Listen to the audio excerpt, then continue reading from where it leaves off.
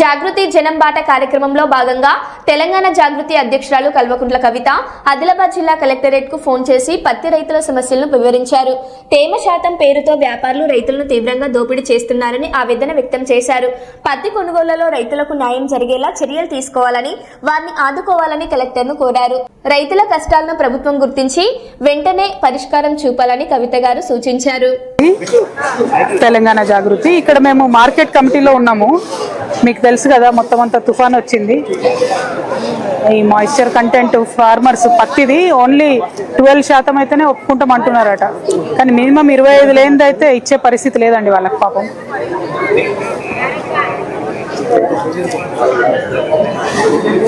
కరెక్టే, కొంచెం మీరు పుష్ చేయాలి కదండి. అంటే ఇక్కడ సిచ్యువేషన్ మీరు చెప్పాలి కదా.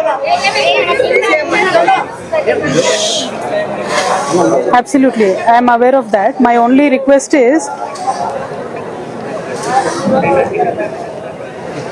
okay,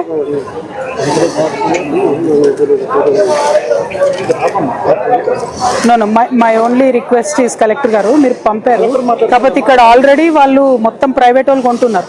మార్కెట్లో వీళ్ళు బంద్ చేసిండ్రు. సో ఒక్కొక్క ఫార్మర్కి మినిమం 50,000 లాస్తో నమ్ముకొని పోయే పరిస్థితి వచ్చింది.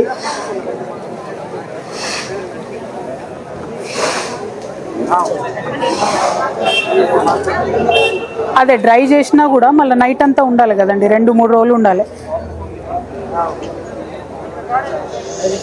మాయిశ్చర్ కంటెంట్ ఎగ్జామ్షన్ మీరు ఇవ్వలేరా కలెక్టర్ గారు? ఏడీ గారితో మాట్లాడి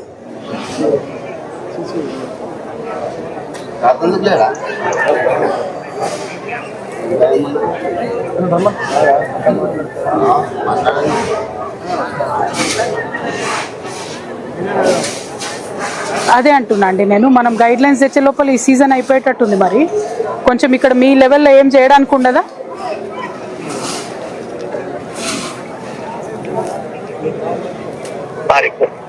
నన్ను మాట్లాడమంటారా మినిస్ట్రీ ఆఫ్ టెక్స్టైల్స్ తో?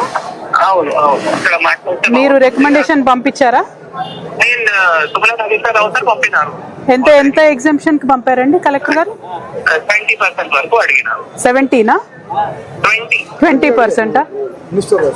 కొంచెం అన్ని చోట్ల కూడా తడిసిపోయిందండి. మహబూబ్నగర్, ఆదిలాబాద్, ఖమ్మం అంతా కూడా.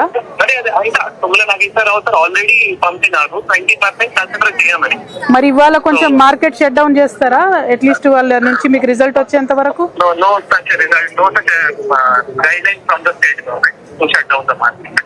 కైండ్లీ రిక్వెస్ట్ దెమ్ నో అండి, ఎందుకంటే every farmer is losing 50,000 and almost. ఒక్కసారి స్టేట్ గవర్నమెంట్ అడుగుతారా మరి?